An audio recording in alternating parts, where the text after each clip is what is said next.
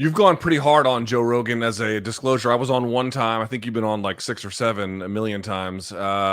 He was very friendly to me, but obviously I was on to talk MMA. I wasn't on to talk anything else. We talked a little bit of extra stuff, but we talked a little bit of Monopoly, but mostly MMA. And I was not back on after talking about the UFC's Monopoly, which is, I don't think, a coincidence. But that's right. Yeah, Dana White. He's close with Dana. Yeah, but I guess my question is, I certainly understand your objections, but make the case for me about going hard at him. I mean, I think the impact that he has on the body politic is horrendous, right? Here's this guy who I sat across from, like you said, 5, 6 times, however many times it was. And I would make left-wing arguments. He would nod in agreement to those arguments. I would leave thinking, Joe's a good guy. Joe kind of understands, where I'm at politically, and he's somewhat similar. He supported Bernie Sanders at one point. And so it felt like his contribution to the body politic was a net positive.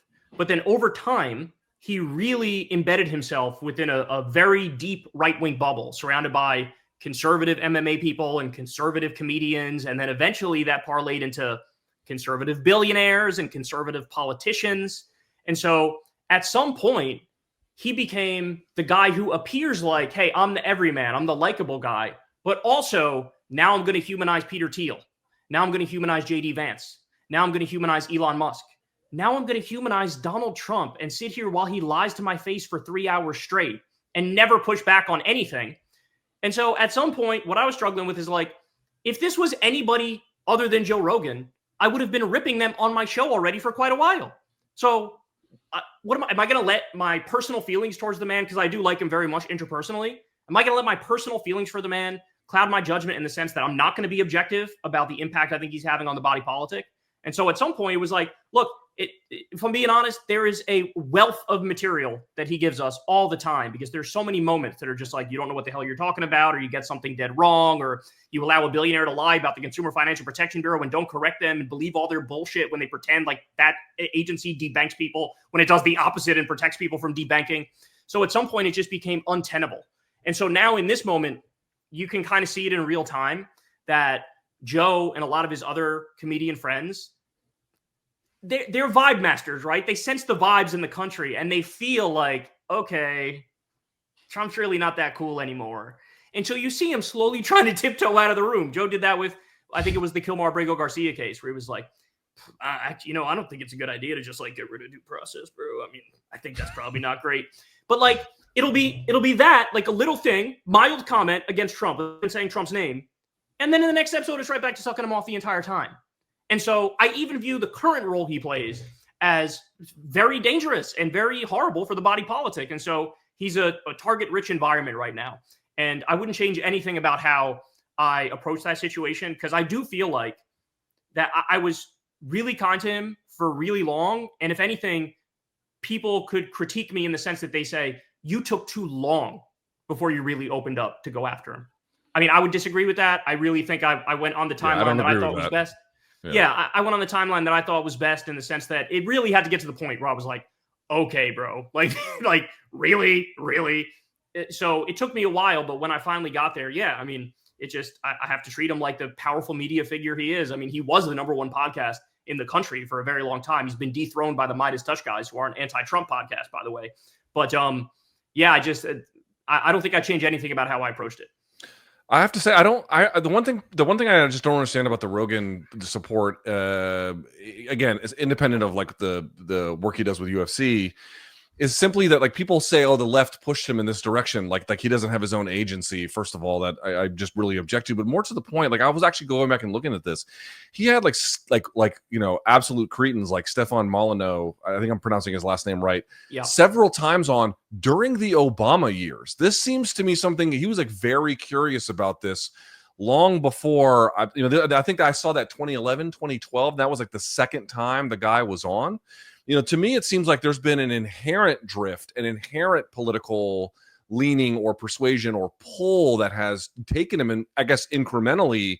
But I really object to the idea that like the left gave him. I understand that when he supported Bernie and Bernie got burned for it, that did create some problems, and that could also maybe have played some role. But I guess I come back to the idea that like internally he moved because he wanted to move. What do you make of that thesis? I think you're largely correct, but I also think that when the people that you cite, like Stefan Molyneux and others, I mean, he had Candace Owens on and Dave Rubin on and all those people. And I never had a problem with that at the time, because in those podcasts, there would always be at least one instance, usually even more than one, where he would actually like disagree with them and fight them on something and like stand his ground.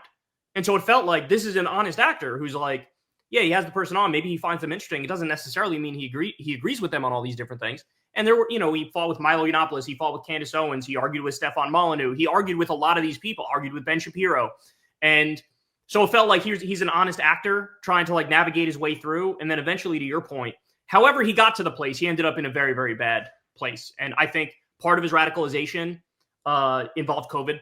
I think that when COVID hit, he kind of went full COVID libertarian and COVID conspiracy theory type. But that's also bullshit, because if there was one thing that used to define his politics before all of that, is he had a pretty healthy skepticism of power.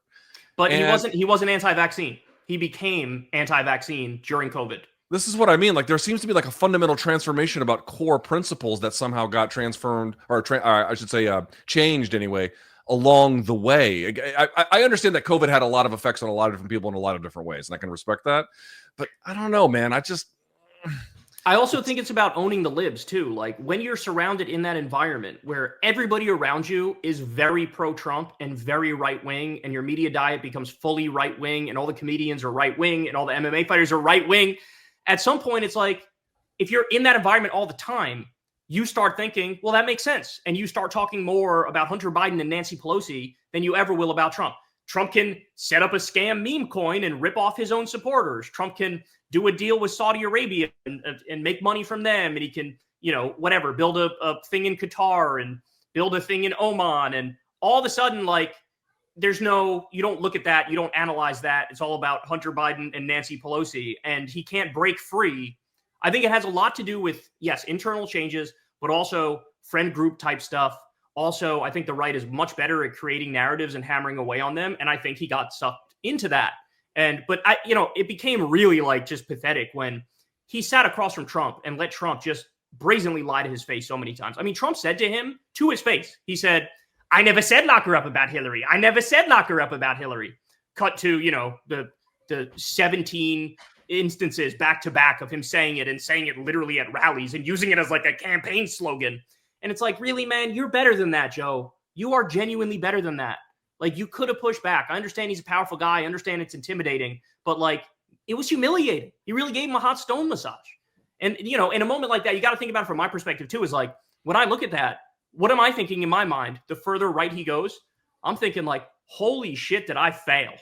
Right? Because yes, I was friends with him and he's a really nice guy, but also, yes, I have a political project also. And I wanted to make sure that if he was getting pulled this direction, I'm going to make sure to try to pull you back this direction, because those guys are wrong and they're factually incorrect about a lot of shit. And I want to be the guy to lay some shit out for you where you could see my perspective. And at the time, it sounded like he would do it. But then, 2 weeks later, he has on some right-wing figure and nods along with everything they're saying. So very wishy-washy in that respect.